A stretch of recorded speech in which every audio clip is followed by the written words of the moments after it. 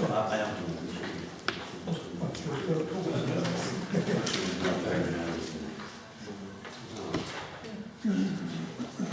Anybody else? Yeah, me.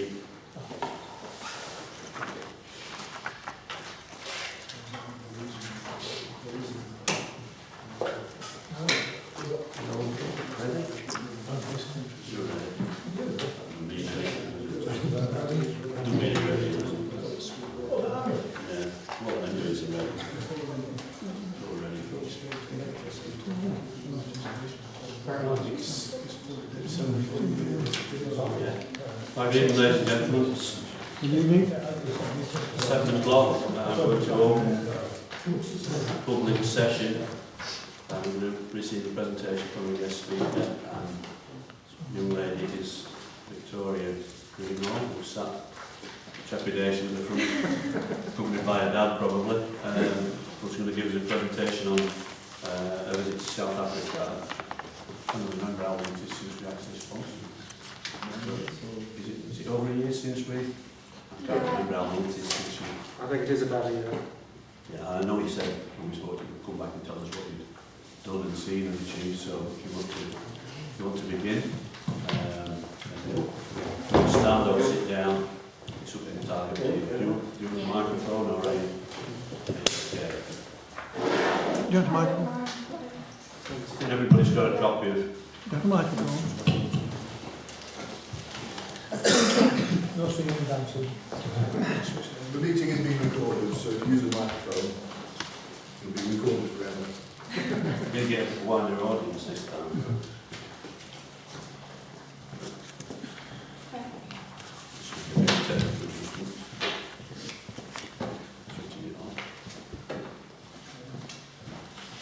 Well, hello everyone, and I'm going to talk to you about my trip, obviously, to South Africa, and the trip offered both a volunteering experience and an educational purpose.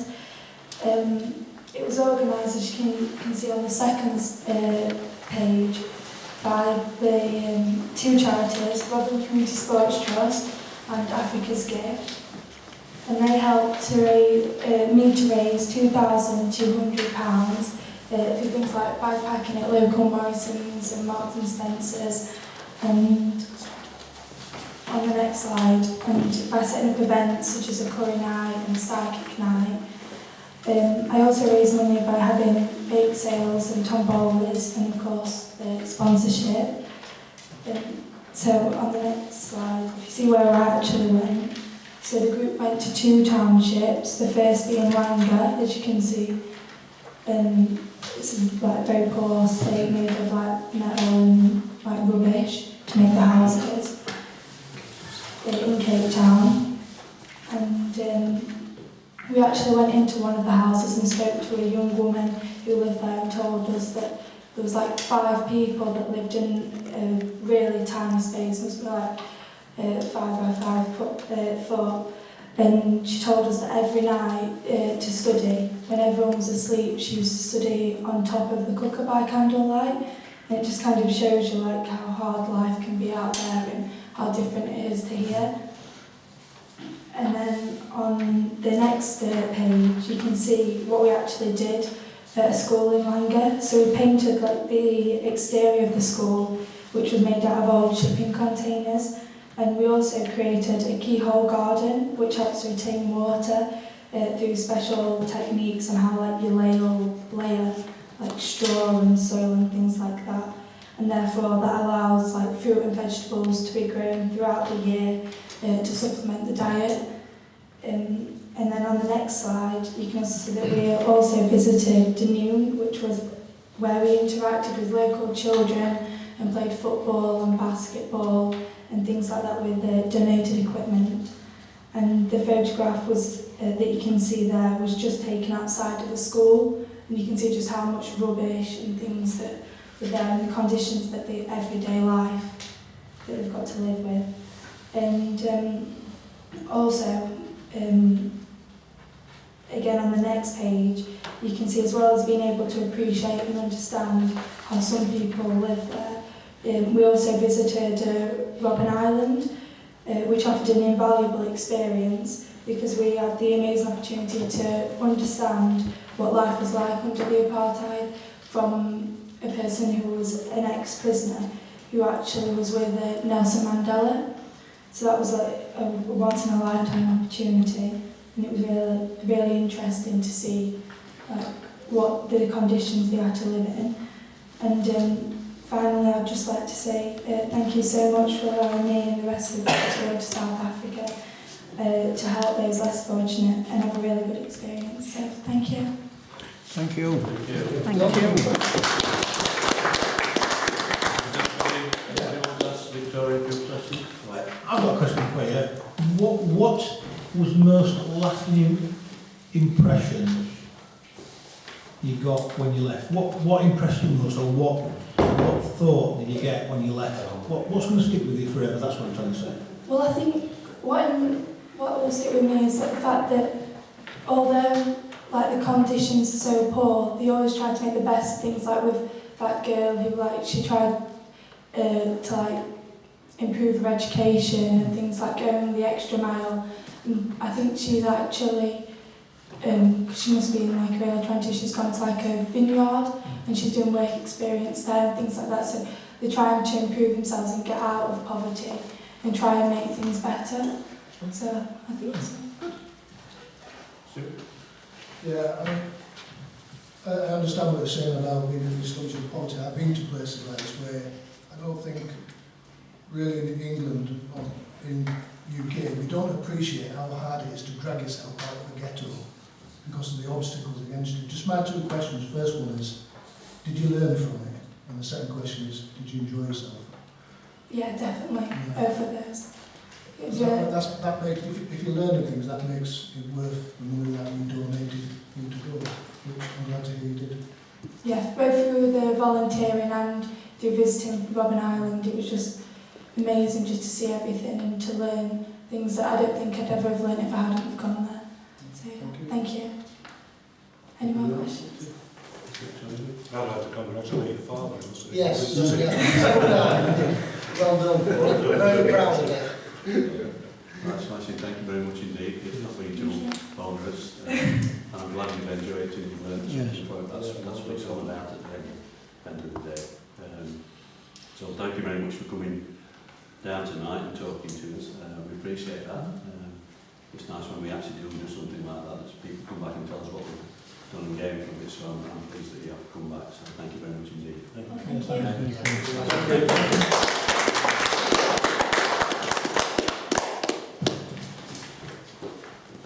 That wasn't for you, Rory. Thanks, John. You don't have to stay for the meeting, actually. That's the good news, is you don't have to stay. That's the reward. Thank you very much. Right, we've got two other presentations. Miles is not done yet, and Mrs. Williams is going to be.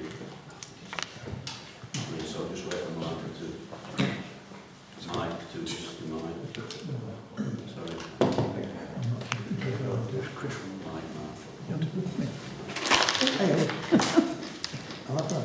Thank you.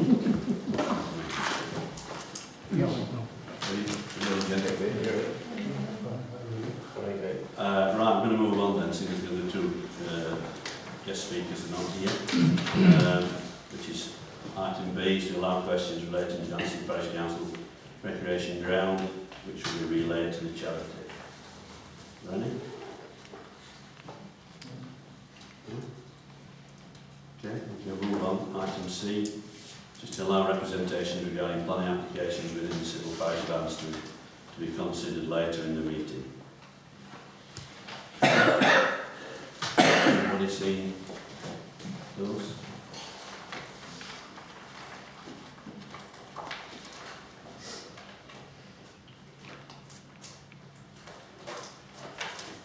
Before I forget, and we'll go into the meeting, I'm just going to distribute these to everybody. They've been brought by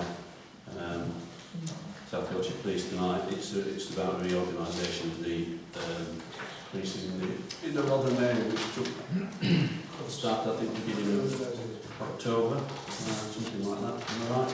Joe? Yeah, I think it was the 5th of October. 5th of October. So if you want to hang on to those, I think we've probably got some spare. We can either pin them on the notice board in the entrance where, but I said they've been drawn down tonight, so we can hand them around and have a. I'm sure if anybody has any questions in future, we'll be try and pass them back to you.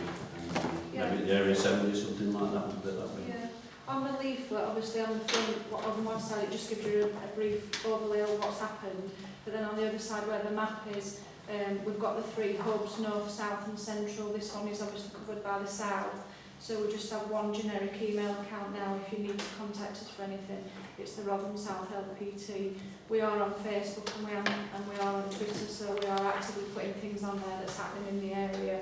It won't just be sort of like Anston. The Rotherham South now obviously encompasses the old Maltby Safe neighbourhood team and the Bringsworth team as well as the Dinnington, so it's a bigger area, but there will be things on there about what's happening in Anston and the surrounding areas as well. But if you need to contact us, it's just that generic email account rather than ring us individually or on the old emails that we've got. Can I just ask a question? Yeah. Can I just ask a question?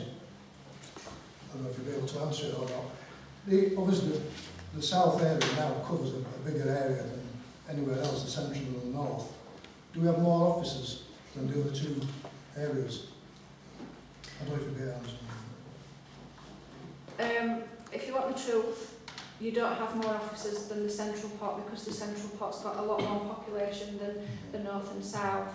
The way that it's been worked out is there's a formula that's been done throughout the force and it's called matching resources to demand. So the demand within Rotherham is mainly in the central pot, so there's more officers there.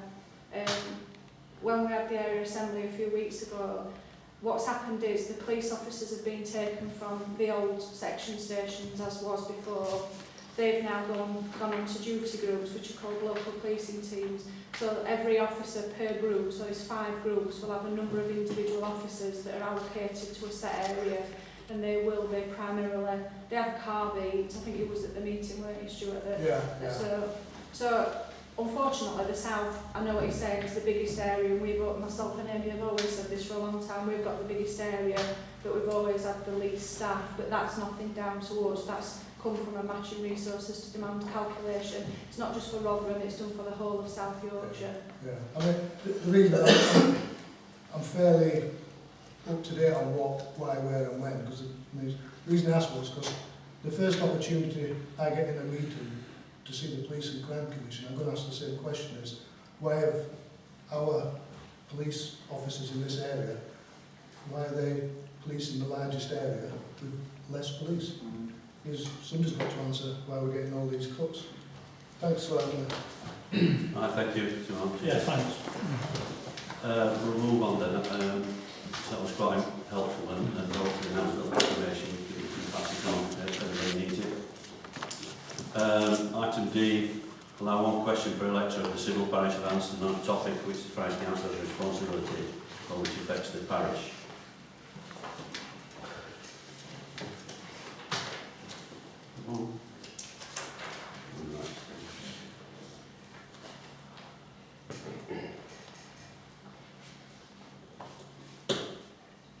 Kevin, you want to? Yeah, after 2010, with problem we had in village, do you think it was a good idea refusing free grit from Rotherham?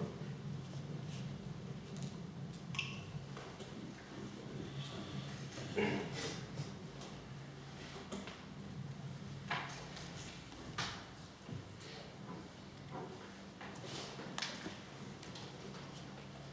you want to speak on that? I thought you Sorry. the questions Sorry. going through. Yeah. I'll speak on it when they come to it. Any more questions? Aye. Sorry, Mr. White. It's for the RMBC members regarding green wheelie collections. Regarding, sorry? Green baby.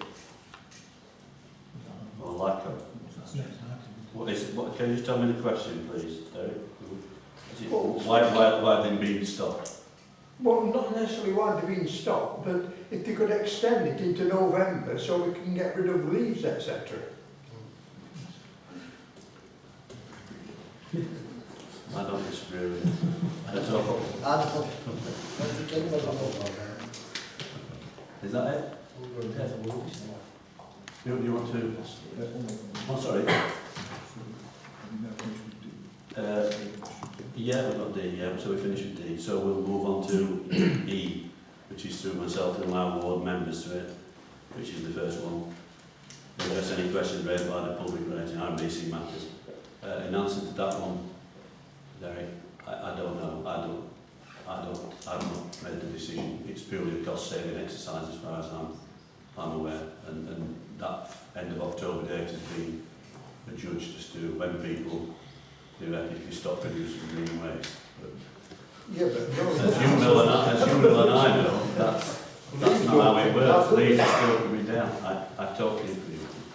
and the number of people I've come in contact with at the dumping site, taking leaves, and they're saying that's their third or fourth journey, they would appreciate if they extended one more into November. I can put the question if they can look at doing it. Obviously, it'll be next year before they did it. But I mean, I can ask the question. I presume it'll all be revealed when the budget comes out and they decide how much money they've got for waste and recycling measures. Clive, is there any way of feeding that directly through to Street Pride as a member of the Parish public Council? anyway? As Yeah, a member of the public? I can do that. It's not a problem. I mean, if I presume the members of the Parish Council probably agree with those sentiments that we think it is a bit early. I mean, I can feed that through without any problem and see what I know what the response will be. You probably guess yourself. But there's no harm in doing that. As I say, I totally agree with you. I don't think it, another month I don't think would have hurt. But there you go. But I will ask the question again. We'll come back to you. Okay. Right, now we move on to F. Get this right. Through the chair, our Parish Council members address any questions raised by members of the public, and we've got the one from Mr. Kavanagh, which is about the salt offer. I think was it one we dealt with last week?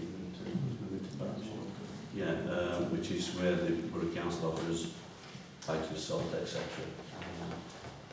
If we join their winter partnership. Anybody want to speak? How can we do it my way? We've had a discussion, we've had quite a number of discussions, because every year we get a letter from Rotherham asking us to take part in the winter partnership scheme, which I think you've been at meetings before when we've discussed it. One of the reasons, and again I'm looking at members, we discussed it quite recently, one of the reasons why I think we refuse to take part as a council is because of the cost. Bringing grit, it's not a case of just bringing grit from Rotherham and dumping it here. We would have to find some means of securing it, some means of storing it, i.e. it has to be on a base, because you can't put it just onto the floor, and you have to make sure you don't contaminate other areas of ground. You have to put some form of structure in place to keep it dry, etc. That's one of the reasons, is cost of storing. And the other reasons is, they also are asking us, at Rotherham, bearing in mind they're trying to make cost savings at Rotherham, they're trying to reduce their winter budgets. They're asking us to do things like organise individuals in the village. They're asking us to report back on how often these people go out. They're asking us to task these people. There's a number of issues that they're asking us to do. And basically what I personally believe Rotherham are doing is they're putting their work onto us to save money. It's not practical and feasible, I don't believe, to do what they're asking us, because some of the tasks they're asking us to do would have to fall onto the clerk on a daily basis.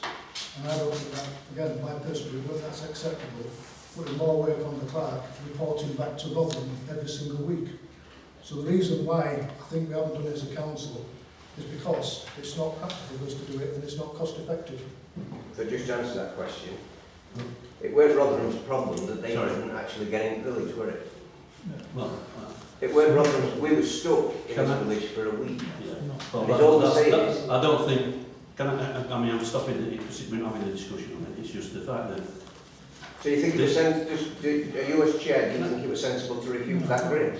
No, I'm not. That's the question I'm not answering. We took that decision in 2011, I think, and it's been a decision the council's taken every year. The same decision. Kevin, sorry, it's not a discussion. It's a question and an answer. It's a question and an answer. then It's a come back. question and an answer. And you're saying that it's I'm not not- a cost. Need to listen to You just listen to when I'm talking to you. It's a question answer. It's not a debate or a discussion. We've taken a decision. Councillor Thornton's giving an answer. Well, I've waste given of you one time as asking a well. question then, wouldn't it? No, it's not at all. I trust you. It's a question is a question, not a discussion or a debate. It's all I'm explaining to you is I keep gripping I'm just- come back. Can I am listening and I've taken you on board, but we've decided that we're not going down that route because it's not an easy situation to be in. Joining the winter partnership scheme, it's not that straightforward. All the work. I'm not, that's it, we're not taking it any further. You've seen the minutes, we've discussed it once before, that's the reason, because it's not that easy to accomplish. Sorry, but that's the end of the Come issue. winter, don't be full of them. Please, you want to work? No, Okay. Can I just have a quick word, just coming quickly, is although the councils refused to take on, say, the winter partnership, there's nothing to stop members of the public speaking to Rotherham, and if you so wish, you could ask to take their grit on, and you could organise the winter partnership scheme. They do look for volunteers from the public to do it. Are you So any that's councillors volunteers yet? I'll follow suit with a councillor that does I it. won't volunteer personally because of insurance reasons. I think there's a grey area in insurance, but there's nothing to stop members of the public doing it. There's no insurance area. Put a councillor in front, we'll go. That's, sorry, we're finished on that item. Right, I'm going to move on.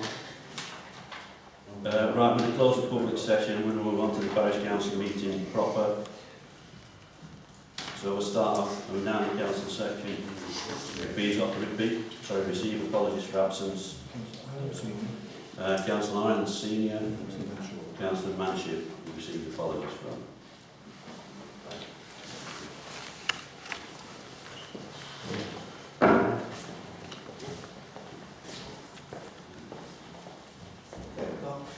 Okay, that's that. Item 2. To disclose members of the EPI are personal interest in any item to be discussed. Yeah. There's a letter from, I don't know, is it Mr. Thomas? Later in the meeting. Yeah. I think that's, yeah. Is it Mr. Thomas?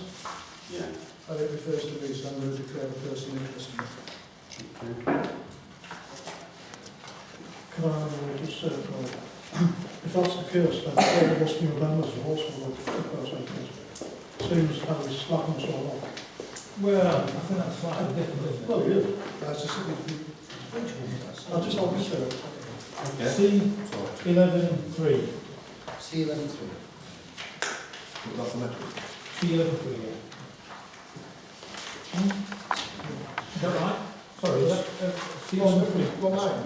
The one that you just referred to? I don't, yeah, I'll go with it. I don't know. It's C11.3. Right, yeah, I'll take a look at them.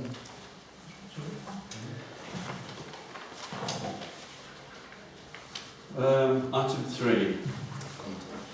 To identify items which express the public may be excluded. I think we've got 17, 1, 2 and 3.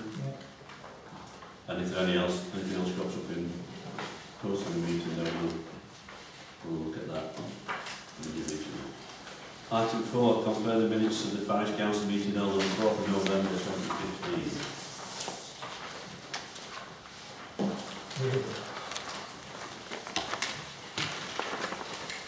Second page, page 1.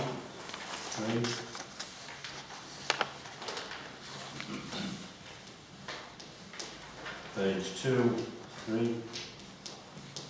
Can I come in on page 3? We'll just start page 3. Oh, sorry, I thought it said 2 and 3. No, Oh, right, is it page 3? Right. 23615, the old library. If you recall, we brought up the subject about item 9, and to cut a long story short, I was asking why we haven't got a list of work that we would expect to be done. To be linked to the requirements imposed by a planning application, I don't understand what that means. Does that mean we're going to give a list to the gentleman that they want to use it, or we're just not going to bother?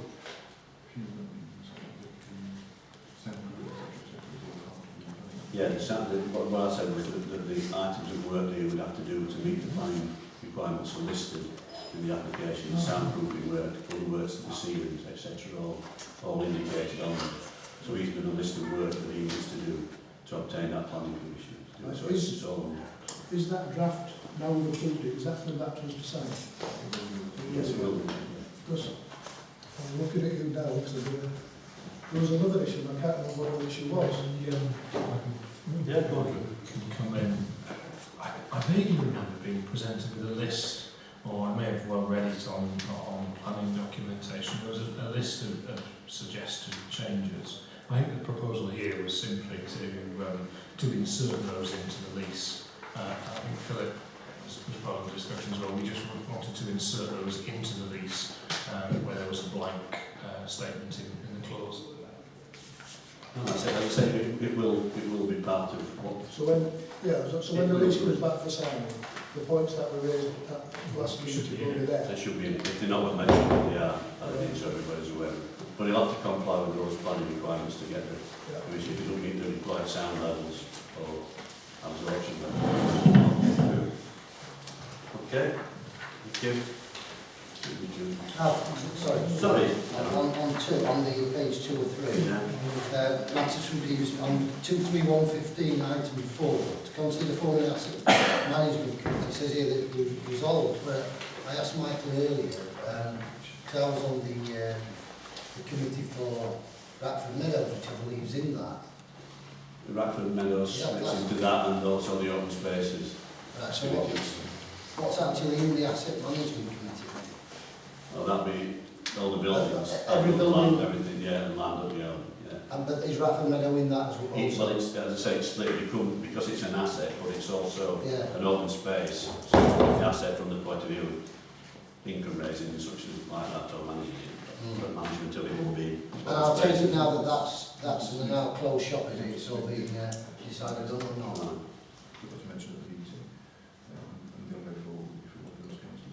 Well, we've also got,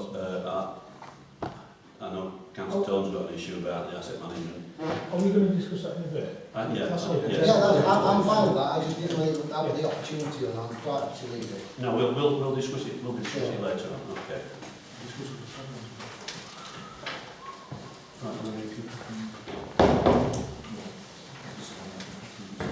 Right, can I have approval in a second, or I'm not approval in a second, please? I will second it. True, thank you. All those in favour, please show.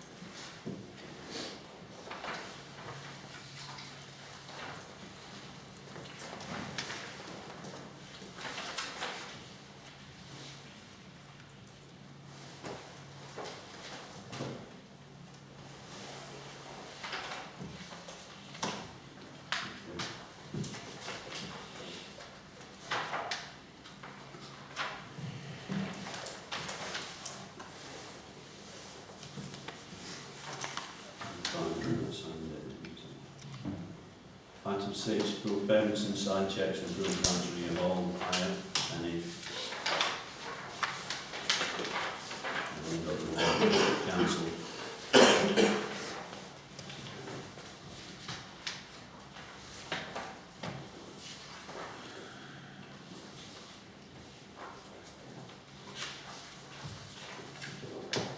Anybody any? Raising those? So which one was in more? Approving payments and checks.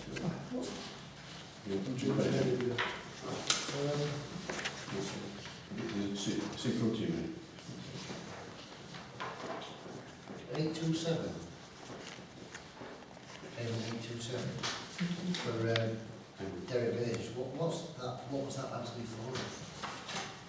It's for building the bonfires, priming the pallets, roping off the areas, and also the staff necessary to maintain and control that. There was a lot £12 grand to build a fire. No, it's not just It's that. not. It was a lot more. But we took that to get it started last week. And to be fair, they also looked after the second I'm fire. sure. and everything else. I mean, there are quite a few contractors' items on Yeah. above and beyond what the firework company charges for all that roping off, all the preparation work, setting up, tidying up afterwards, clearing up, taking the ropes out, making the fires sure it's safe and everything else, fencing that up afterwards. Plus a lot of it's done in the dark, so it's not that easy to do. And rain. And rain, for those of us who are there. So yeah, so that's. But if you want me to, you can have a list of those we show, but that's what we all intend. Sorry. Just two quick ones. Right, 1, 2, 3 down, check number 575, the radios, etc. Did we find the missing earpiece? No. So you got... Because I presume we're going to get charged for that. Well, I won't go into too much because I think we'll have to speak about one for later. We had the radio missing last year, and this year we've got an earpiece, and it's costing us, and it's something we need to seriously look at. So the next one I'm looking at is 1, 2, 3, 4 and 5 up from the bottom. Them two expenses, is there a reason why there's such a massive difference? Or One was... is it to do with... Is it items? No, it's the stuff they bought for it. Yeah. All right, that's okay. It's not their, Right, that's all right. It's not their personal expense. I thought it was something I claimed they was making for attendance. Sorry. They put their hands in the pockets to buy things. There's been reimbursed for something. It's actually from yeah. Yeah, so we bought stuff for, I think, for the police to get some food, etc. First aid kit, all sorts of screw fits, extension cable, core socket cable reel, etc. etc. So it's all rolled down in there. Just all adds up to £106 until it's all itemised. So I was trying to decipher whether it was, she said, vehicle claims or rather... So it's expenses for the night, I think. So it's all listed. Reimbursements are all listed. Okay.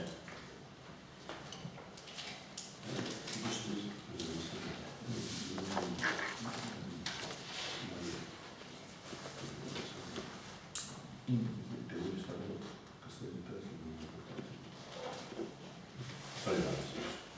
Try to find something, Michael.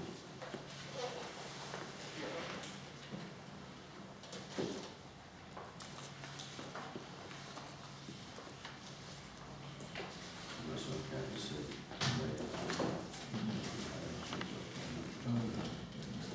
Okay, thank you. Sorry about that. Anybody else any queries?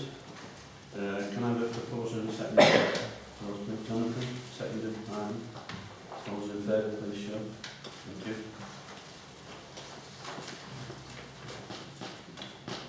Item 7. Consider grant South Anston Methodist Church Festival of Lights and Trees.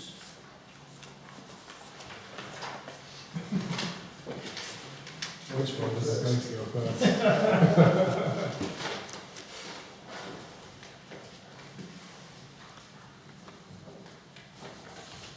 Can I come in? Yeah. Oh, sorry. No.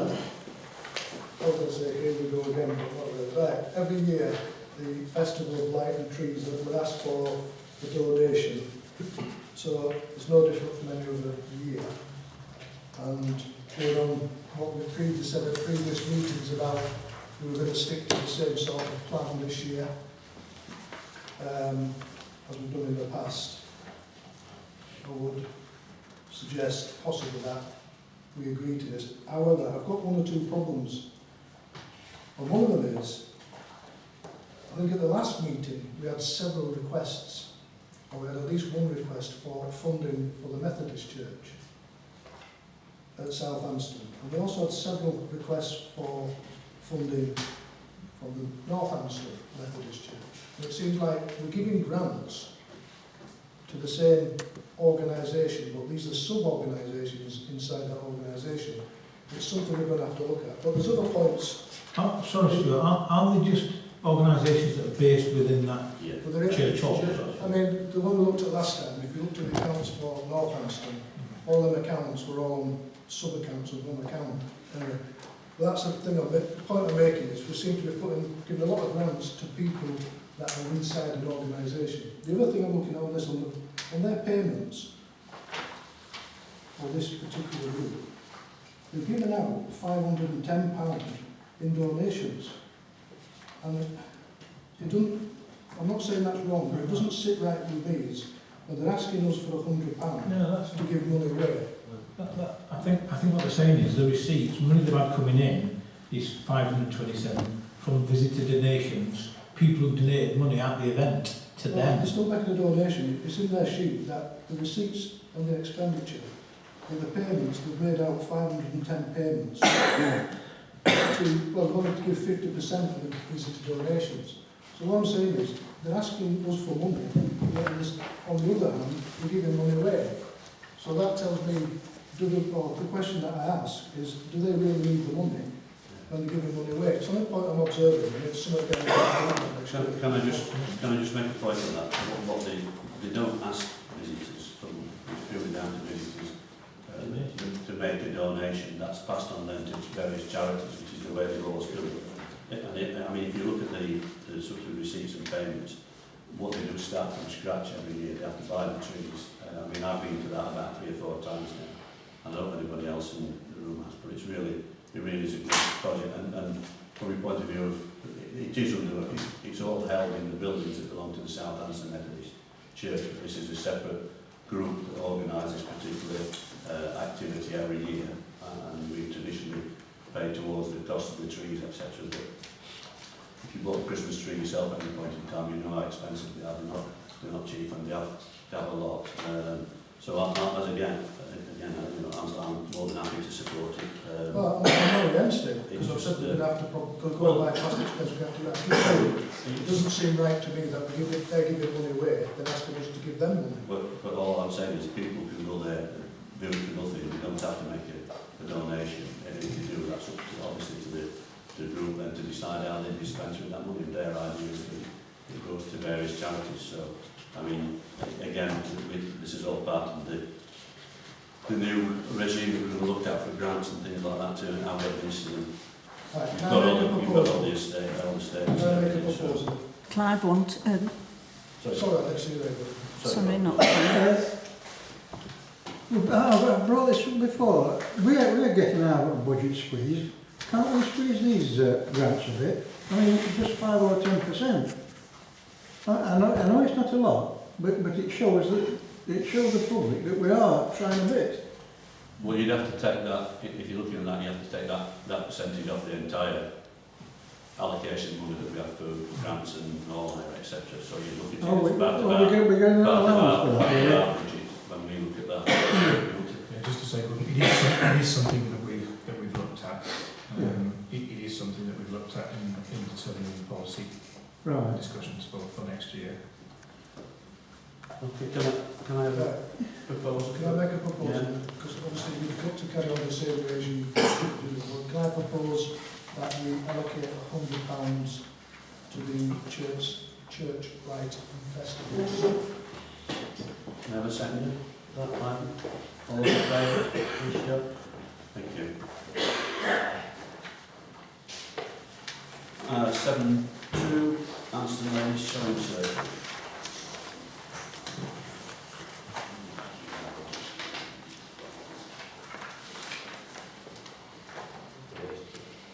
Shall I come in again? Yeah, if you want to.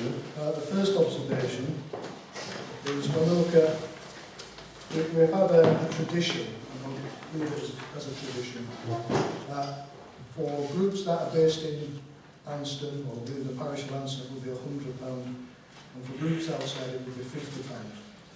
So the first observation is, when you look at the makeup of the group, there's 4, 5, 6, 7, there's 8 in the group, and only one of them come from Anston.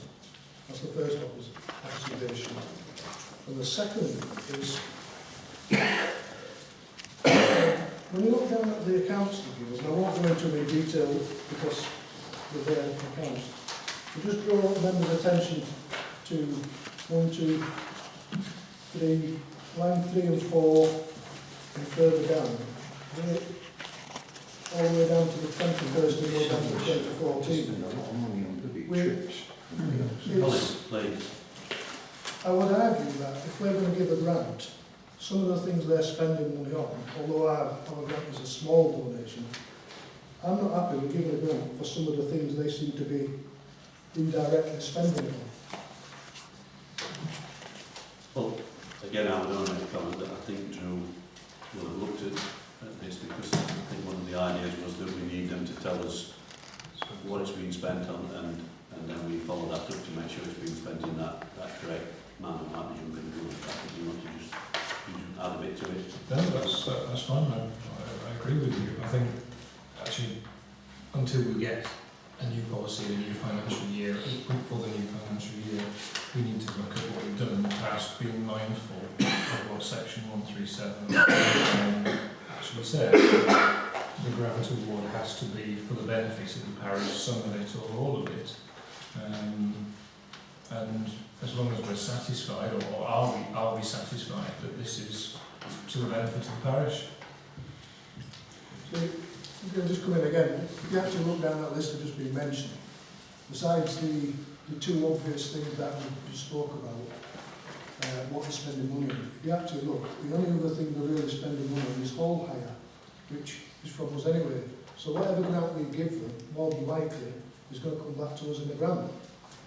So it's, I'm torn on this one. We've had that with other people going on. Oh yeah, it's not specific just to this thing group. I'm quite torn on whether we should give them a grant or not, to be honest. Anybody else want to?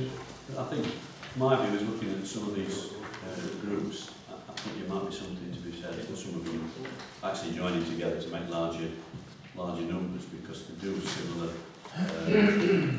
things when they meet, etc. I know there's another sewing group, I think, and things like that. So it may be better if the fact that they've not got any numbers, it might be better actively encourage them to become part of a larger group, which is better to know, I would have thought, going to be a meeting. It could be more enjoyable and more clear rather than less from that point of view. So again, that might be something that we can look at as to whether we can sort of join some of these groups up so they can actually get more out of it than dwindling numbers, which is what happens every time to some long running groups.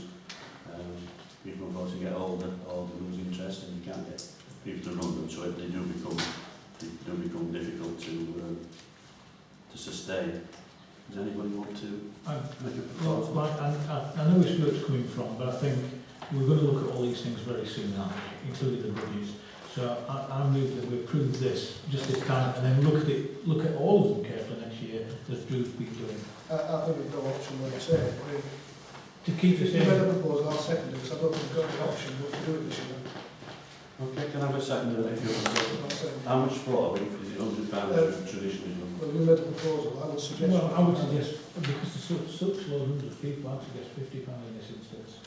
It's a lot of money for such a small group of people. At least we're offering Everybody happy with that? Or? Can you say we gave £100 last year? Yeah. I think you should match last year. You'll be looking at it again next year, aren't you? So soon, yeah. So are you happy to keep it as it is then? Until everything, yeah, Sorry. absolutely. Sorry, Colin. So the reason I was suggesting, well, looking at Ivan, because there's only one person out of the group who actually lives in Anston. And like I said, the tradition was, if the group was based in Anston, we got £100. If it's based outside, or the majority outside, it was only £50. That's the reason why I was suggesting. I think that's fair, judging by the fact that they've put that there's only one person in Anston, and it's such a small group of people anyway. I think £100 quite a lot, really. And I know at least we're maintaining the standard and we're letting them have something out. It's just that you've already set the precedent. I know we have. But this is the smallest of all the groups. Yeah. I'm happy either way, because we're going to look at it soon. Regardless of what precedents we've set in the past, one person from Anston, are we as a council convinced that this is of sufficient benefit to the parish within the wording as section 137? You don't go to that. Yeah. I'm just making a point. Sorry, just making a point that Mike made. That the group is open to anybody from Anston. It's just the fact that there's only one person at the moment. I mean, there might have been 6 from Anston last year, but for whatever reason they're down to it. At least they've honestly put the answer there and split it down. They could have just put whatever. So I mean, I'll leave it up to members. What's the proposal? The proposal is to give them a £50 donation. Right, I'll second the £50 donation. Anybody else? Everybody happy with that? Let's vote on it. Should we vote on it then, please? £50. All those in favour? All those against? That's carried then. Yep. Item 8, consider planning licensing matters, transport issue and receive reports, planning list site list 44 item 1378 signs, North Anston Trading Estate. This is Tommy Tucker. Can I propose, Comments? Mr. Chairman, Sorry? can I propose that item 1378, 1265, 1385, 1412 and 1331 are regarded as not contentious, so that we can concentrate on item 1383. Just, I'd rather go through one at a time and take them off blanket. I know where the comments coming from, but I've got some comments about 1265 as well. I've got some comments about 1265. And I've got about 1283. Oh, sorry, 1383. Can I come in on the... Do you want to do the first one then, signs? Tommy Tucker. Yeah. I presume the reason why we're asking for planning permission, because they've already got a big sign outside of it, which we never saw the planning permission for. So I would assume, I'm not sure, they don't have to have planning for that. So I'm assuming they're asking us about planning permission to sign because it's outside their boundary, next to the footpath. Personally, I can't see any problem with it. Can't think of any reason why we shouldn't. Well, I think basically the planners will... Well, the other thing I'm looking at is the photograph we've got down the road doesn't show any other signs outside. So, I don't know. Well, I'm quite so happy to leave that one because I'm not an expert on signs. They've obviously got to comply with certain sizes and colours and everything else and where they're located. Yeah, I propose we leave that to the planners then. I don't think neighbours is not. Everybody happy to leave that one to planners? Yeah. Yeah, can I propose a second? I propose we leave that to planners. I second that. Second to go. All those in favour, please show. Thank you. RB 2015-1265, extension to golf course, Olympic Artisan Golf Club, West Road, Olympic. I noticed there's no map with this, unless somebody else can correct me. I've not seen one. I know that the letter just says conversion, sorry, the letter says conversion of agricultural land to recreational land. If it's a farmer's field, then that's fine, but some of the agricultural land is actually not just a ploughed field, so it's not very clear what it is firstly. If you go on the website, it shows the sort of golf course layout, all the different holes, etc., and then it shows you where this is located. And in fact, memory serves me right, I think it is agricultural. Yeah, but agriculture covers a lot of things. But yeah, and I'm not an expert on standards of agricultural land as to whether it's grade 1 or... Right, I'll go back and have another look. But and the other point I want to make about it is it's not in the SSI part. It's just agricultural land that's outside the SSI part. I've not seen that mentioned anywhere. I looked at it. There's not a regular information. There's some plans, etc., and an application form. Do we know whereabouts it is? That's what I'm saying. It's 17th is... In relation to the road? It's left-hand side, I think, as you go into work. It is on the left. It is on the left, isn't it? It's only the 18 Yeah. up to the clubhouse. The comes down to the other road. It does come down to the road. I mean, if you read the application, it's basically to improve the status of the golf club, so it can, that obviously needs... Yeah, I can understand that. It's just that a lot of things can be hidden by just saying change it from agricultural to recreation. But I'll follow up now. I'll look at something. From my point of view, but if you want to have a look at it and then make a comment personally, then that's fine. Has anybody else got any questions? Bear in mind, people can do that if they don't want to do a comment or an objection individually. We can just start with the planning application. John? Just looking at, you know, in the late 70s, the Martini Open Yeah. at Lindrick, they brought quite a lot of stuff to around Anston. So it could benefit us a lot. There's nothing wrong with that. It's just normally when we get plan applications, we get a map and a detailed diagram of what's happening. In this case, we've just had a letter, which I think is unusual. I propose It's gone on today, actually, the 16th. Yeah, Oh, so okay. this afternoon, the plans, and it basically shows the team. It's going to be altered slightly. Can I make a proposal that we'll leave that to the planners? However, individuals can make comments if they so wish.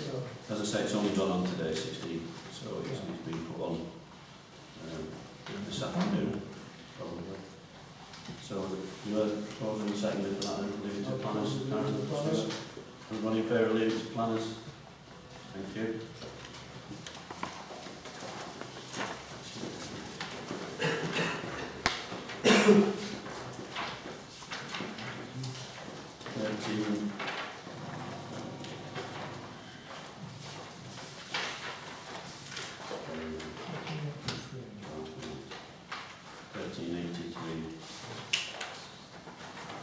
Councillor Thornton and Councillor Tone will be more or less because they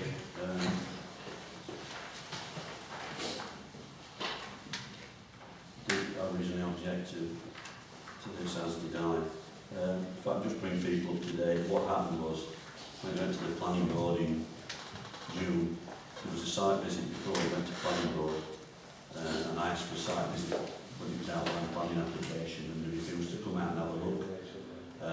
And there was a photograph shown by the highway engineers that showed about 2 cars on Sheffield Road, which must have been taken at, I don't know, might have been taken in the 1950s because it's 7 other cases now. They wouldn't come out for a site visit when it was granted outline planning permission. They came out for a site visit when it was for full planning permission. And I think they were quite appalled at the amount of traffic that was going there and what sort of been let through. So when it went back to board, they imposed an extra condition, which is condition 10, which was no turning right out of that site, which they wanted to do. I dread to think what it would be like trying to turn it right on to the other side of the road after that site.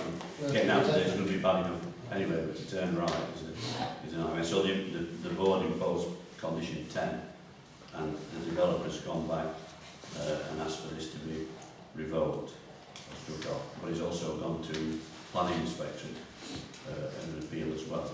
So the council stance was that we objected to it at the beginning, and my view is that we still object to that condition being taken off. Stuart, and Yeah, just quickly, I did make an objection as an individual, I think, on this, because the point they made, the big objection was, if you're in the site and you come to turn out right, in effect you've got to cross all the main road traffic to turn towards the garage. And I think that's quite dangerous.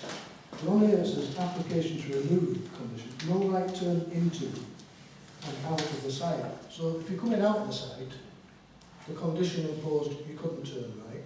If you're coming down from the garage, it's imposed you can't turn right, which is not into the site. But if you're coming towards South Anston, the condition imposed you can't turn right, which means you can't drive into the site. So I don't know what they've done. It was basically to try and get it going along Sheffield Road, Worksop Road, turning left onto the site. When you come out of the site, you turn left, there will be no right turns into the site, because you've got to put across 2 carriageways both ways, so it's going to be extremely difficult. None of it is a good solution. It's a bad site for 9 hours. I'm of the line to say we refuse the application to remove and stay with the original thing we said. Well, that would be mine. Which is what, Stuart? Just what is the original? Well, the thing I was going on is when they sat in the site to come out to turn right, you're crossing both lanes.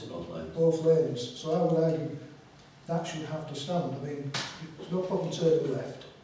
And if you're coming into South Anston, they're proposing a right turn lane anyway, so that's not the problem. The problem is coming out to turn right into 2 lanes of traffic. So I think that's what we should. What happened was when they imposed that, it obviously posed a problem for the developers. Now they got around that, and I think they were looking for the local authority to actually foot the bill for any road alterations to accommodate, which I don't think is what they were intending to do. So they've obviously gone away and thought about it. So we're back at square one really. I can't believe that you have to let them have access onto the A57 in the first place. I wasn't here when this were around, but how you can let them have access onto there is beyond me. Well, the problem was when it's an outline planning application, and it was for 9 houses. Really, once you get beyond that stage, the only thing you can do is maybe reduce the numbers, but you basically stuck with it, because to refuse it after outline, you've got to have very good reasons to do it. And I think when the board went out, they realised how busy Worship Road is, and they perhaps made a bit of a mistake in not coming out in the first place to look. So they're in this position now, but my view is that we don't agree to that condition being removed, and see what happens, take it from there. Anybody else want to comment? Yes, Sorry, Gordon. yes, okay. When they did come out, Well, you were there, weren't you? I was Sorry, you were there, weren't you? and Sorry, the meeting took place about 10 o'clock. Yeah, 10 o'clock. And we couldn't hear You could hear what you were saying. anything was being said. And one of the Rotherham guys there admitted that they'd made the wrong decision of giving planning permission. I just can't understand why they can't rescind that when they find out that they've made the wrong decision. I don't think there's a mechanism for doing that, unfortunately. No? No, I don't think so. Developers can appeal, but you can't withdraw that permission once it's been given, unfortunately. That's my understanding.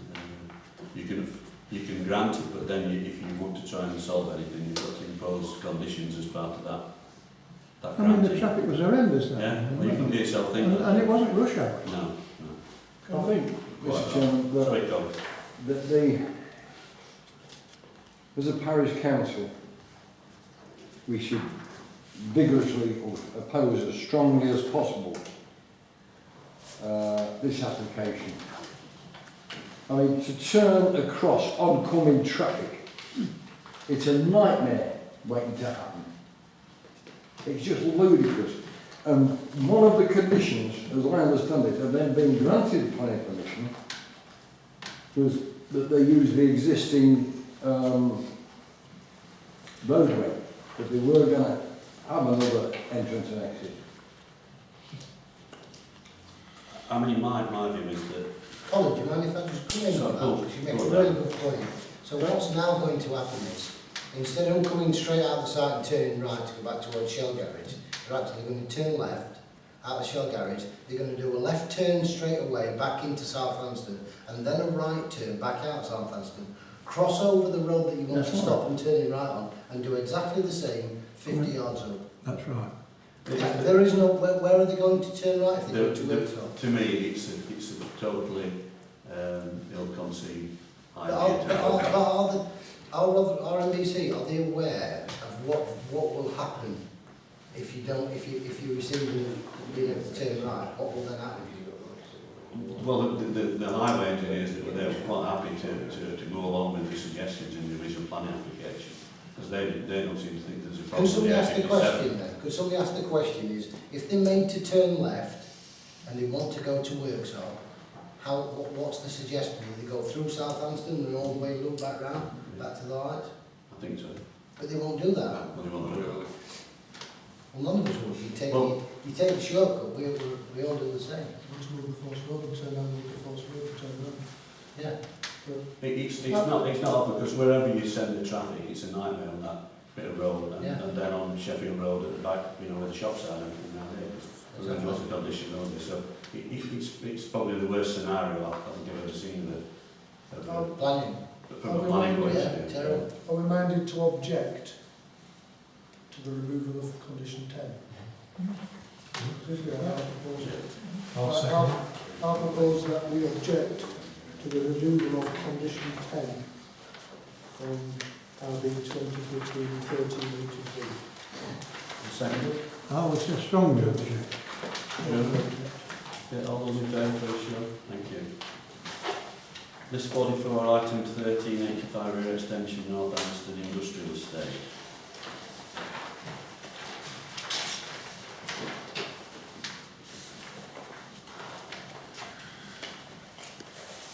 There's not really much you can do with the industrial, is there? You can't make it look any better. It's just an extension of the rear of that. Can I suggest, can I suggest we leave that to planners? Yeah. I would suggest, that's all a suggestion, that the planning board are probably going to look favourably on this because the way the system's changing to business rates, the more business and probably square footage a company has, the higher rates they get, the more money they may get in the future. I'm not sure there's different rules for industrial estates to residential when it comes to terms of planning. So can I propose that we leave it to the planners? Yeah, everybody happy with that? Have a proposal, still not propose that. Darren, all those in favour? Thank you. List 45, item 1331, demolition. Sorry, 1412, front and side extension, 127 Devonshire Drive. It's not sure. No plans. Can I again propose we just leave this to the planners? It's just a normal side extension. We normally leave Others and neighbours, anybody we okay? normally leave it to the neighbours, don't we? Everybody happy with that? Let's propose it. Seconded. Drew, thank you. All those in favour? Thank you. List 45, item 1331, demolition and 2 new dwellings, 38 Crowgate. Got a plan in front of you. Can I ask, the land that look like, Yeah. whereabouts is number 38, roughly? It's 3/4 of the top right hand side. If you just notice, if you can see that location plan, there's a big house on the right hand side as you leave Kroger, and it's the 4th one back from there. It's that splay bit of, it's not indicated on there, it's a splay bit of land. Can you see which one I mean? That's that. On the left hand side of that location plan, it's the 4th house down from the bottom. There's a partial house. Yes, it is near the opposite. Yeah, near the entrance to Parston House. Which there's going to be 10 volumes going on. Some plan. Anybody want to? Yeah, question on the plan here. Where's the parking? Am I missing something for the second dwelling? The second, you mean the one at the back with the Yeah, little where's the garage? parking? Well, I presume that pattern. The front is that like tarmac drive, gravel I drive? presume it is. I presume the bigger spots of grass. Yeah. And the little strip that's like Formica worktop is. Yeah. Is outstanding or block pavers or whatever. Mm.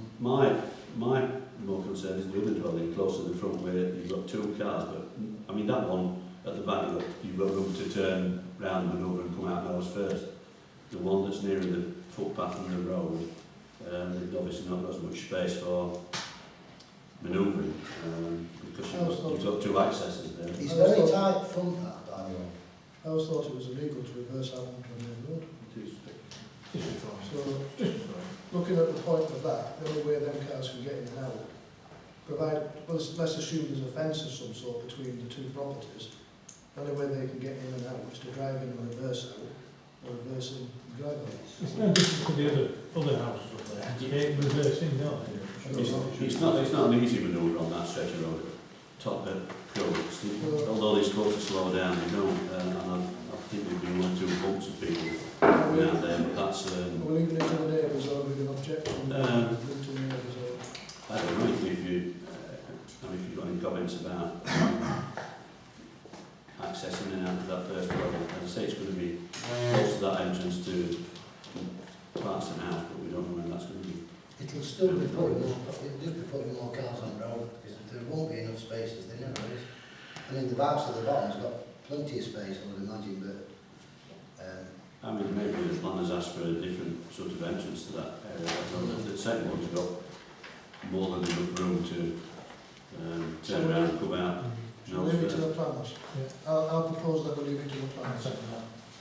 Yeah, anybody happy with that? Or, I mean, again, if people have any concerns, not necessarily objections, but if they have any comments to make on that, then they're quite at liberty to do so. As I say, the problem with Crowbit is they're supposed to drop to 30 there, but as we all know, we don't, because they go faster now, it's a new bit of road. Sorry, mate, yeah. Can I just say something before you move on? Can I suggest that you give serious consideration to starting to organise a planning committee, because we've been on half an hour talking about this part. Well, it's something that I think we need to look at, because we don't get more than our fair share of planning applications. Yeah. Are we doing a vote on that one, 30-31? Are you quite happy to leave it to neighbours and planners? I'll leave it to neighbours. 7? I don't know, those in favour? Thank you. I take your point, we do, sometimes we'll get very few and then another time, depending on our meetings fall, we get a load. We did discuss this with Sheena though, she was left from YLCS how we approach that, and I think they have their views how councils deal with planning applications. Yeah, so, this was all been done by the committee. Anything big, you know, like the proposed church, stuff like that, certainly bring it to the council. well, when we meet with her again, I think this is perhaps one question you can put forward to just give us a bit of guidance as to which is the best way to do this, and then if we can save time in the main meeting, then I'm more than happy to. Not that I want to be on it. No, suggesting it, but you don't want to. No, that's very common. There are no other items on the mind. Can we move on then to 8.2, which is APC comments regarding local development plan responses by the RMBC. You've probably all seen the responses.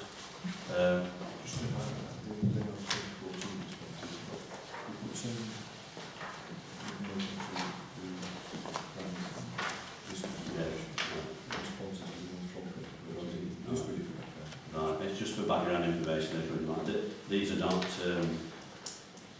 So these have already been to the Parish Council before? Yes. Right. The responses have never been. No. Well, they are on. I looked on the local development plan and the responses were there, because I made some comments and objections on them as well. And I didn't realise they'd been put on, but it is a public document if anybody wants to go and have a look at that. And we'll wait and see what happens when it moves on to the inspector's hearings. Yeah, I was going to, I mean, the info of it, I've read through all this, it's about 4 pages. And basically it covers Todley North, Pennypiece building the Todley North development to put the industrial estate on, Pennypiece Lane for housing, Claxton side and the Traveller side. And to be honest, reading them responses, the planning department, I mean, I've made some of these objections in the past on the LDF, and to be quite honest, when I've read this, Rotherham has not listened to one word that anybody has said in this village, in my opinion. All it is pure waffle.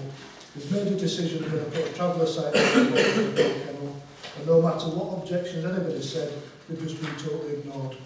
And it's same with other items we've done. I personally don't think it was a consultation at all. So we just received that. I think if anybody does want to, has got some time on their hands, if you want to go and have a look on the website, because all the latest round is all on there for people to read, to see. The Canal and River Trust have put a lot of objections in, and I think one in specific about the travel site. Can I just say one thing here, just quickly, going through that document again, one thing I've picked up, they keep talking about the east of Dinnington and Dinnington East, yet most of the items we've put on there, or written about there, they're nothing to do with Dinnington East. They're to do with Dinnington, should we say, South, they're to do with Anston. The Traveller site is South Anston, not Dinnington East. Pennypiece is North Anston, not Dinnington East. It looks like in this so-called development plan, Anston, North and South Anston have just been totally ignored and lumped in under the auspice of Dinnington East. Well, as they call it, actually a principal settlement, and that includes Bennington, Lorton and Anston, and that's where all the development is classed as going, so it depends which bit you look at. The next one, if I can just go back to item 8, 1331, I just want to make a comment about that, because if you go on the website, there's something about a charge being levied for redeveloping windfall sites, commuted sum that has to be paid if it falls within a certain criteria. So I'll just go back to that one if I can, just do an update. So are we're just receiving that then? Yeah. Okay, that's the 2014 comment. 3 is notice that RB 2015 125 to 6,000 on quarry lanes being granted conditionally. And one condition we put on that is that we've got to make room for a fire engine to go down and turn around within the houses as part of the development proposal. So what effect that will have on it, I'm not quite sure, but we've got something that's not been thought of before, but that's one of the conditions of the outline planning. Yeah, well, I thought that was supposed to be. If I just go back to 13. Can we receive that? Yeah, we received that one then, so that's the one you noticed. Go back to 1331. It's the first time I've seen a notice on a planning application. The core strategy was adopted last September, and under that, from the inspector's hearings, the proposal was made, because I went to them, to when developers build on windfall sites, i.e. such as the one at the Crofts, they asked to pay a commuted sum for each dwelling, which goes to local whatever. I don't know if the RMBC answers that or not, whatever. Unfortunately, I think the Croft was submitted in the June, and the core strategy was received and adopted in the September. So I think if you put an outline application before that date, you don't have to pay that sum. On that basis, the developer there might have to pay £90,000 community sum, because the windfall sites and it cause particular problems of their own. So it's something that we may well have missed out on sharing any money for it. And likewise, Parks and House, 10 houses on there, that maybe been £100,000 that would have been put into maybe this area. I don't know, it could be put anywhere in Rotherham, but the developers have beaten the clock on those two. But the one at Crow is the first one I've seen a letter that applies. So I'll take a copy of that and I'll bring it to the next meeting just for people to be aware of, because it is an interesting situation. Item 9, authorise series of documents, transfer exclusive rights to burial for the Anston burial ground. They're there, so if you want to. Yeah, 2 of them, please. Mick, if you want to sign it. Yeah, if you do that. Okay. Item 10, consider matters from previous meetings 2015-029, Councillor Tone. Consider rules on public participation.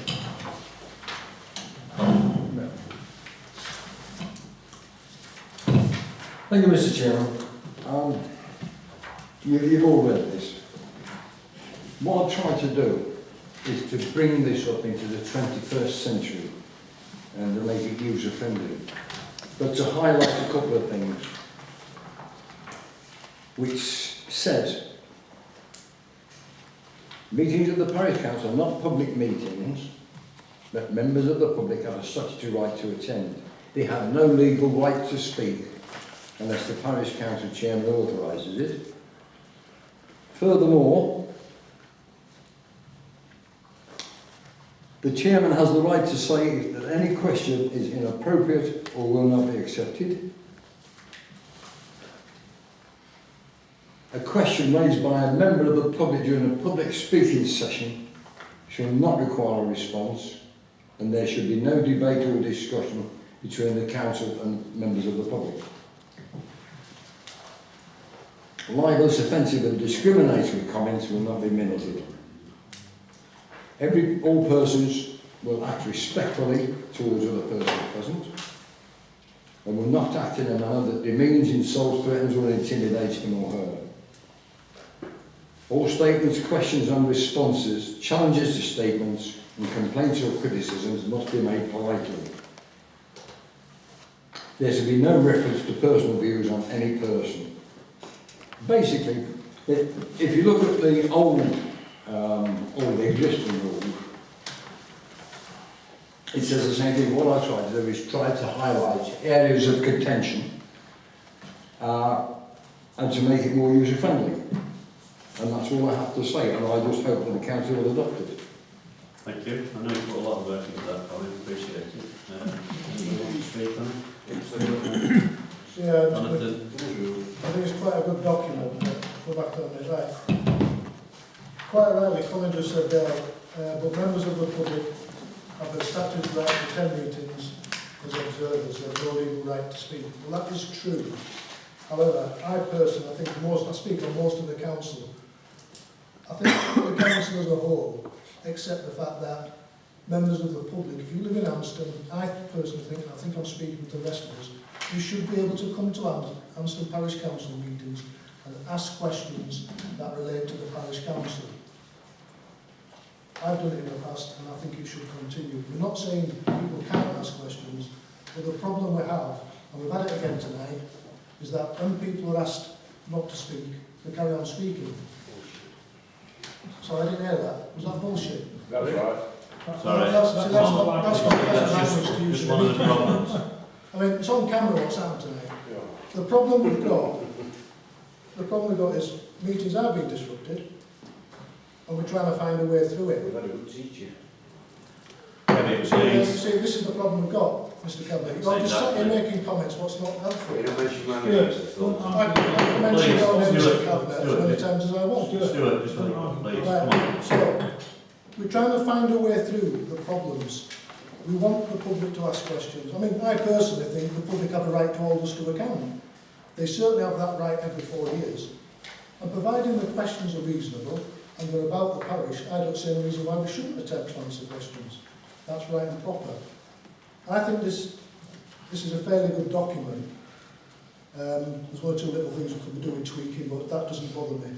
So the question really now for debate for us is, do we accept this one or keep the old one? Bearing in mind the old one is a lot more long-winded. So, anybody else? When do you actually change standing orders? When? Any time, or is it at the annual meeting? You have to have a month's notice to change it for the next meeting. Right, so we Well, can't decide this today, can we? No. What happens, we will discuss this, and if we have a mind to change standing orders, then it sits on the council for a month, until next month when we do the vote. But it's just, it seems to repeat what's already in the existing rules. So I don't really see the point of altering myself. What's the difference, Colin? Sorry? What are the differences? I don't know without running, but it's that sort of comparing like for like. It's just rewording, basically. It's really updated in a simplified version, probably. I think the order's quite simple, with the numbered for each point, but that's just me. I know where Jonathan's coming from, and I also know where Colin's coming from. So the main thing about the starting point of the one that's the new proposed rules is it actually explains that the public don't have a legal right to speak, but we want them to speak, we want to hear what they've got to say and the questions they're going to ask. It doesn't matter what proposed rules we have or continue with existing ones, there's still always a possibility of being hijacked and used to attack councillors or other members of the public. And that's been going on for a long time, and it can still continue now. And I think we've got to guard against that in some way, give people the right to have their say, but make sure they don't overstep that mark in terms of being reasonable, respectful, not using foul language, and not being abusive to other people in the room. That's under number 8 anyway, it's all covered. But we've got to enforce it. Can I just That's my point. Can I just remind them to comment on that? I just need to remind members that under standing orders, the existing standing orders, anything in bold is a legal requirement and has to remain as it is. So that bit couldn't be changed anyway. And obviously I appreciate that in the proposed rules that first bit is changed. Yeah. It can't be because it's in bold. And That's mandatory. And that's it from NALC and YLC and everybody else into it. That's every council has to follow that first paragraph.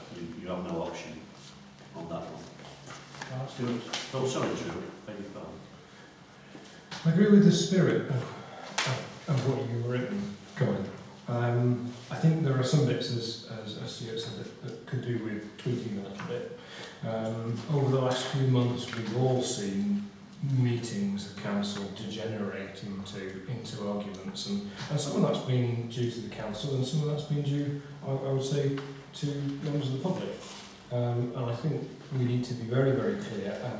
A document such as this, to either in addition to or part of or to supplement what we've already got in standing orders, is a good idea to show members of the public that the meetings have to be transacted in a certain way. We've got important business to transact, and actually that's been stopped on several occasions because rather than stating their point and putting that on record, members of the public have got involved in arguments with councillors. But I think at the same time, I agree with some of the other comments that actually we want to engage members of the public. We don't want to stop them by saying that there should be no debate. I think we should word no requirement to do that, because I think there are plenty of times where we want members of the public to comment, and we'll actually want members of the public to get involved in a discussion. Whether we do that in the question session at the start of the meeting, or whether we have some other forum to do that, I suppose that's for the council to decide. So my suggestion is we put this open to comment by councillors and then return to it at a later date. Can I make a way forward? We're going to have to at some stage vote. If you're making a proposal that you want this adopted, we have to make a proposal. It will have to have the caveat on the front, so on the top of what the clerk's just said. Can I try to suggest therefore this?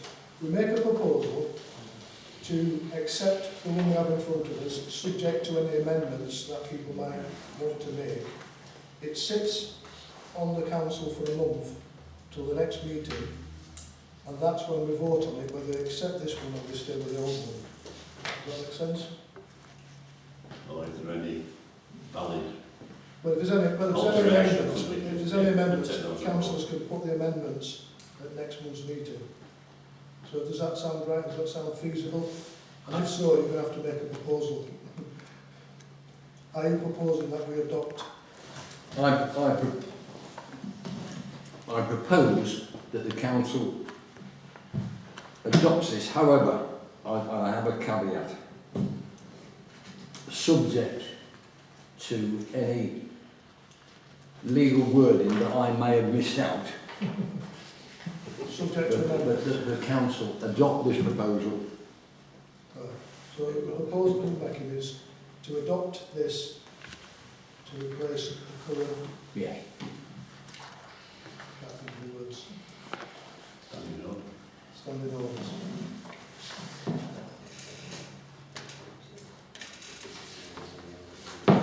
I must admit, there's one or two items that I would like to see altered in Colin's proposal. Can I ask the clerk to read that out? So this is 1 month notice of a proposed change to standing orders subject to amendment of any legally binding Issue this way, but throw away. I'll second it. We'll have a stage on it next month. Are we in the meantime, are we open to making? Well, I suggest anyone wants to make any amendments. I mean, should we email Colin? And Colin can, I think it's worth.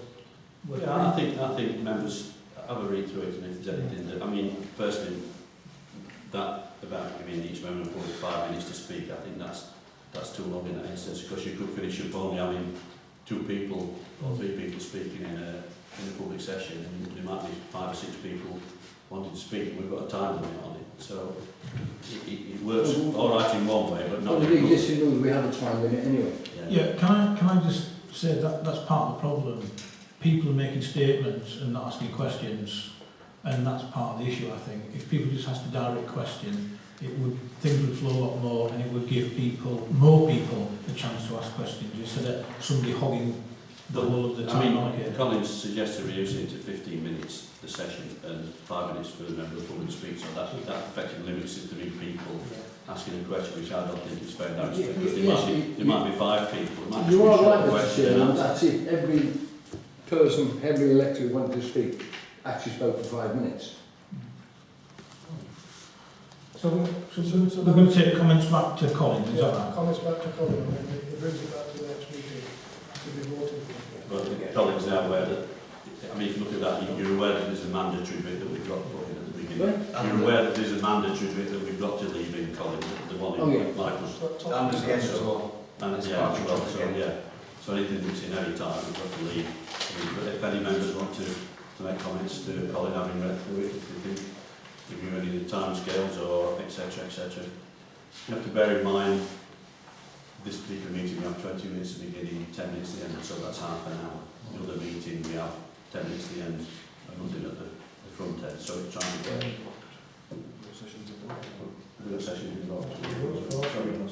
Oh right, yeah, so it's how we manage the time at the end of the day. So I was proposing 10 minutes Yeah. each. I mean, people just want to think about that. It's how we manage the meeting, make sure we give the public plenty of time to speak, but obviously we've got to try and get through the business that we've got and keep to a time which is only fair. So, is everybody happy with that? So do you want to vote? Do we vote on that? No, because Colin's made a proposal to bring it back. He's made a proposal to accept that one, to replace the old one. But because it's a change of standing orders, he proposes, I seconded it, and it sits there now until next month. Is that right? Yeah, okay. Is everybody happy with that? Well, Well, if that's right, it's got to be right, because if not, we have to change so it. is that's which meeting is that in December then, Mike? That would be the one month from now. That would be December, isn't it? The next meeting, The second meeting in The December. 21st, I think it is. You would have a special.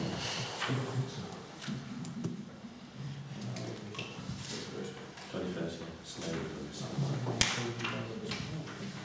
okay, right, thank you. We'll move on. 10.2, this is just to receive confirmation the election to fill the current vacancy was not called for on the council now free the vacancy by co-option. Are members happy for that to be advertised in the newsletter? have we got a time limit on when we have to court this by? As soon as practicable. The reason I say that is because we've got the budget to sort out first, haven't we? We've got the budget preparation. And me personally, It would be in the that's new right, year, that's so fine. just flagging it up in the newsletter. Yeah. Right, so, we need to propose a vote. Right, can I propose that the vacancy for co-option be advertised in the next Parish newsletter? Can we put it on the notice boards around with it as well? Will we set a time scale out on that? Yeah. I want to wait till everything else. Okay. We'll leave the clerk to set some sort of time scale Yeah. for that in January then. Please. Second, Drew? All in favour? Thank you. 10.3 to receive independent internal audit report. I've got that in front of you.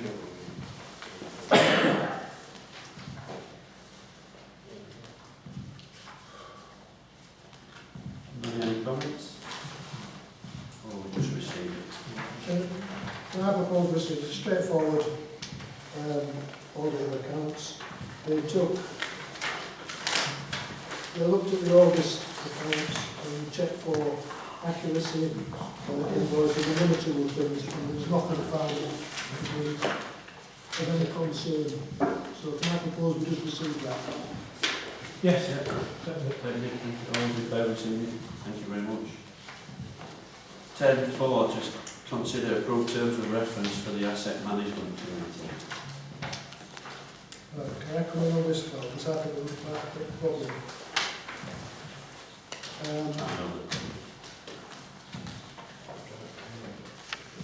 This is a council committee. Is that the problem? No. The problem being is the number of people that want to know. Well, that's one problem.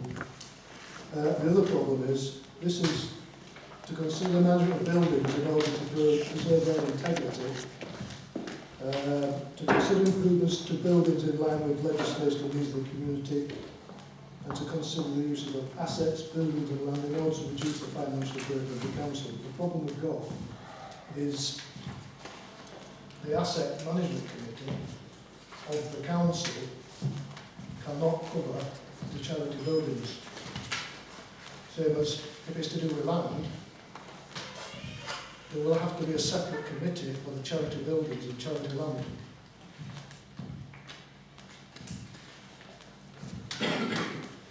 I just thought I'd throw that spanner in the works. Thanks, Stuart. Yes. Yeah. I'm not doing it to be awkward, that's how it happens. No, but that's So does that mean we need two identical ones? well, Because ideally we shouldn't have to, but see, the last committee we had that covered the buildings was actually under the charity, was it not? So I'm wondering, to be honest, I don't know. And the charity can exceed its management of the building to be council if it so wishes. The charity can accept it. What they call it? Well, Mark just said that the charity can exceed the management of the buildings to the council if it so wishes. So that committee would then look after it Right. on behalf of the charity. So what we'll have to do then, either the next charity meeting or other charity meetings, we'll have to have that as an agenda item to see works responsibility, to see responsibility of the council. But that again, that has to be an agenda item and have discussions as a charity. I think we need to try and cut through this as much as we can, because obviously if we don't, we're going around in circles again, and trying to move some of this stuff forward. So, and I appreciate what he says that you're right, because we've got this stupid system of position that we're in with everything being split, bits and pieces, and the parish council owning land in one building and the charity owning all the other buildings and land as well, so it's not easy. So, have you got any thoughts on that? Well, I mean, this stands on its own. Yeah. The charity will decide whether it's So, what Mike's saying that this asset management can stand on its own anyway, it's then up to the charity to decide what it does with its assets. So can we go ahead with this committee and then at the charity meeting agree that this committee will look after the charities, buildings and land? Yeah. Do we need to put on item 8 on the undertakings? Do we need to insert something there on the lines of council buildings with the charities authority? I don't know. I'm trying to think off the top of my head. No, so we can't really do that until the charities decide. Because for all intents and purposes, if we're agreeing the terms of reference out, because if we're agreeing the terms of reference now, this technically is only an asset committee of the parish council, which would only include parish council land and parish council buildings, i.e. the library. Yeah, we need to, this land and these buildings need to come under that committee so we can move forward. You've got to find a way to I all suggest we leave this till after the next charity meeting. well, like I say, this doesn't affect it because the wording is such that It will take that, yeah, so we don't really need to change it, but it's just to do that. We only need changing if the charity is of the mind not to cede responsibility. not really, because all it says is to consider the usage of assets, buildings and land. It doesn't say what buildings or what land. Yeah. So therefore, the charity says, yes, please look after it. Specific. Then it comes under it. The charity says, no, we look after our own. Then it doesn't exclude it or include it. No, split the air so far. Well, let's try and get So I think the trustees will object though, is that something? What's it? So will the trustees object, do you think? Well, yeah, we can ask We're all here, aren't Right, we? can I, So we'll leave to the next one. We need to get this resolved at the charity meeting. right, are we asking to agree the terms of reference? What's in front of us? That would be asked for. Yes, if we can do that, that will be helpful, and then we can. I propose that we agree the terms of reference as presented. For Can I just raise an issue here about membership of this committee? Because I have had it put to me, and Councillor Bernard's not here tonight, and I've been contacted by the councillor regarding Councillor Bernard's omission from the committee and Councillor Smith. Now, at the last meeting, we had more numbers than we wanted for the which committee was it called? The biodiversity one, and what we did say, because we got more numbers that we got places for, we would draw lots for that. So, the unfortunate thing is that I and Vice Chair are on these committees, whatever whether we like it or not, we can't get out. So you take 2 spaces up straight away, so I only need 4. And I know Paul did say to me earlier in the year that he would like to be on that committee. I can't remember him saying at the meeting, It doesn't matter. going onto that list. It's not the end of the world. No. He got missed off for whatever reason. We can rectify that. That's not an issue. But to make life easier, to make things a bit smoother, if we have got to go to a system of picking names out of a hat or whatever, I'm aware that you want to be on it. I'm aware that Paul's to be on it. I'm quite happy to withdraw my name to give room for somebody else. I've got enough things to do as it is. So I'm quite happy for. Well, I'm quite happy for somebody else to. I thank you for that. Can I comment? Excuse me, could you somebody fix this harp? I'll try that microphone. Switch your microphones on. Switch it off, Charlie. Just one at a time. No, switch it on. It's working. You've got a siren on it. You want it on? Is that camera? No, Sorry to interrupt. Can I just say that I don't think I was at that meeting where they agreed that you'd only have 6 members on a committee. And I understand the thinking behind that, is because 6 is probably an ideal number for getting things done. But if That it was a wasn't situation- why, Stuart. Pardon? That wasn't why. Right, all right. That was my understanding anyway.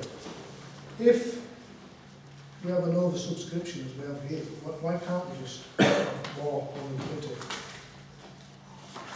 Could you pass a resolution saying that you won't? Yeah, no, That's because I think thinking was when we voted on it was that the committee won't have a majority in the full council now. Because That was one of the Yes. ideas. we'd have to do what we did with the old finance, where you can only allow 14 members on, otherwise the 15th member makes it full council. But I think No, we haven't. Jonathan was right, we did say we wouldn't have 8, because if you had 8 off that committee would vote, you could get a block vote in the council meeting and it would over anybody else that had an issue. So that's why we made it less. And with the chair of the committee, telecasting vote. Is there room Clyde? for that? Sorry, Christine, go on. I would object to picking names out of a hat because it's not voting, is it?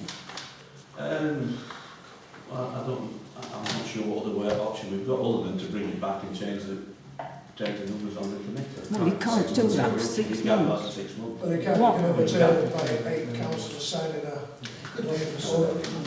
recommendation from the committee. Well, sorry, just clarify, we can change it if we have 8 members who want to put a motion forward to change the numbers on the committees, like we did earlier at the beginning of the year. So you can do that if anybody wants to do that. Can we just do a straight vote and then do another one for the ones with the most votes? I wouldn't favour that idea really. Why not? The trouble with proper fund on this Tense. Could we fund it, is it? yeah, we're quite tense. Well, I don't think that's the rule. I mean, normally it's been done by.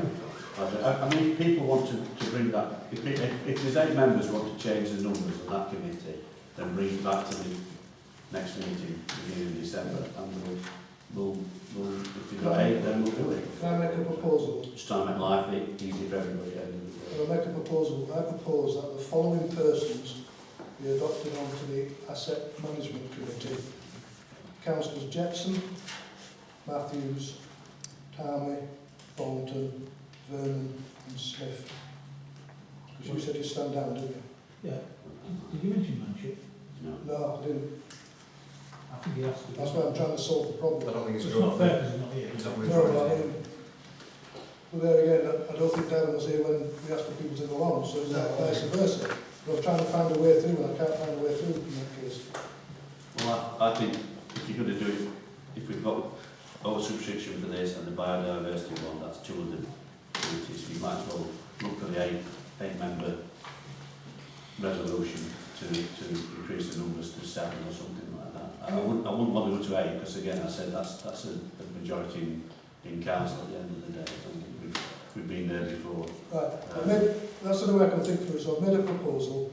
It's up to anyone to second it or vote on it, what you want to do. I don't think either solution is any good. Either the picking out of a hat or changing the numbers. If you're going to change the numbers, just just include as many people who want to come on it. You can't do that, you've got to change it by resolution, the number on the committee, that's what we're saying, that's the way forward. If we get 8 members that support that, you can then change the numbers on the committee, which will, if Ivan's dropping off, if Darren and Paul want to be on, that would make it 7. Because we're down to 5 plus 2 is 7. I'm going to try and find another way through it, and I'm trying to be fair, I'm not actually like, who approached the council first, Paul or Darren? Does it matter? Well, I'm just trying to think of a way through fair, because... Well, it's not a case, is it? If you're No, not on holiday, you're on But you holiday. can't do it all the time. I'm saying there's no Darren was alternative, away. I'm trying to find a way through. The only 1, 2, 3, 4, 5, 6. The only other alternative is we vote for the people that are named, and Paul and Darren can attend the meetings as observers, and I don't see any reason why they can't have input. We're just not allowed to vote. It's an option. Sorry, what was that? Sorry. It's that we accept the people who are nominated already, but we say to Paul and Darren that they come to the meetings, and I don't see any reason why they can't have input like we used to do with the Finance Committee. No. The Finance Committee, the 15th councillor was allowed to attend, speak, make suggestions, but not vote. And we could do it in the same way. No. Or, again, another way I'm trying to think through is, could we have Paul and Darren as reserves? And what happens if one of the members don't turn up, they take that place? But then they'd have to know well in advance. Yeah. It's a bit I know you're looking for solutions, but I don't... Jonathan. If we accept the terms of reference now with the membership, can the membership be changed in the future if any drop out, then can we swap council? Or does it need to come up to council to approve membership? Just some more things on the get, really.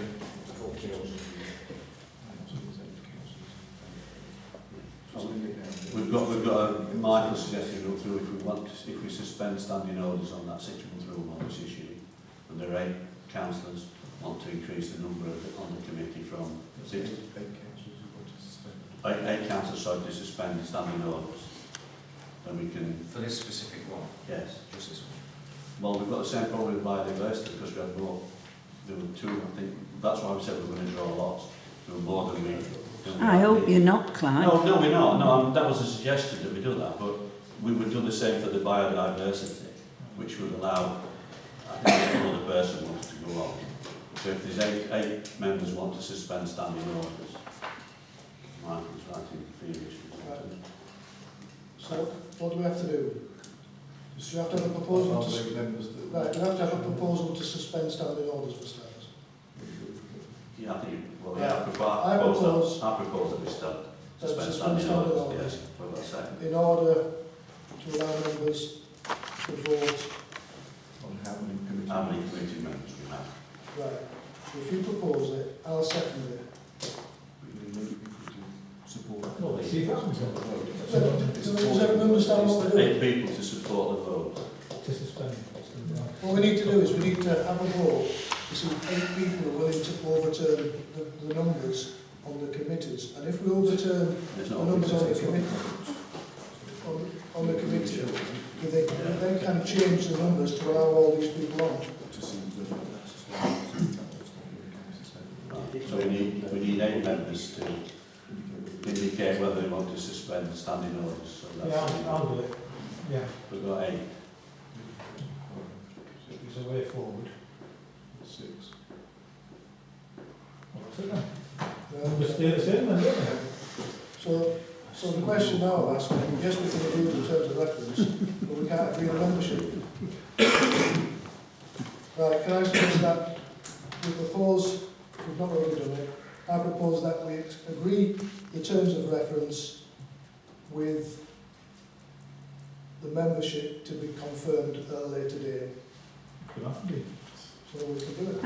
How can you have standing orders for a committee that doesn't exist? We're going to have to bring it back onto the agenda of how we go through Picking the committees. 6 people.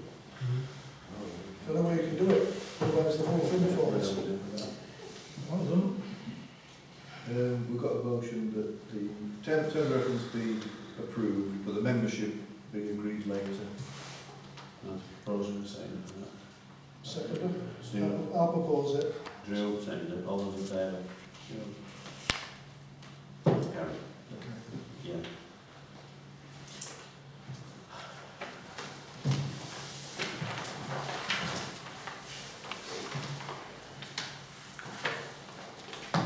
Consider approve membership of the Conservation, 10.5, consider approve membership of the Conservation Biodiversity Committee, maximum 6 members including chairman and vice chairman. Same again. So, they have to the same again. So, Could I speak on that, please? But Sim's got to it's sign off. same as the last one. I'm a little bit concerned about Clive, Ivan and Jonathan, who have consistently opposed conservation and biodiversity. And now all of a sudden they want to jump on the bandwagon. I question their commitment to something that they have not so far supported, and stop pulling that face at me. I'm sorry, but I think you're way off the mark there. I agree. I've devoted most of my life to biodiversity conservation as a professional, and I've even taught it as a subject to students. I find that astounding, quite honestly. I'm talking about the committee, and I'm talking about conservation for Anston Parish That's not Council. what you said. That's not what you said. Right, well I'm sorry. Is that withdrawal what you said? You're going to withdraw that? I will withdraw that, and I will rephrase it, that Jonathan, Ivan and Clive have consistently opposed whatever I have brought up in this council about conservation. Why do you now want to be on the committee? I don't get it. Because it's my right. Explain it to me. I have to be on the committee because he's ex officio as chairman of the parish council. Myself and the vice chair are on every committee. That's the way it works. Is that strictly true, Yeah. Clive? Chair. Because I did ask you last week, last meeting, if you would stand down. No, you can't stand I down. can't stand down. Is that right? Yeah. Chair, can I just say that thought I think we it's had a important. choice. Can I just I think it's important that in any organisation, especially one like a parish council, that there are checks and balances. There are people that support and don't support, and people that can see both sides of an argument. And I think if you have a group of people who are going to make votes and pass things through on a nod, we're going back to where we were a few years ago. And I think it's important that you have a different view to other people on any committee. Can I just answer and I that? think people like myself will bring that view. Can I just answer that it has already been agreed that anything that the Conservation Group want to do will come back to full council?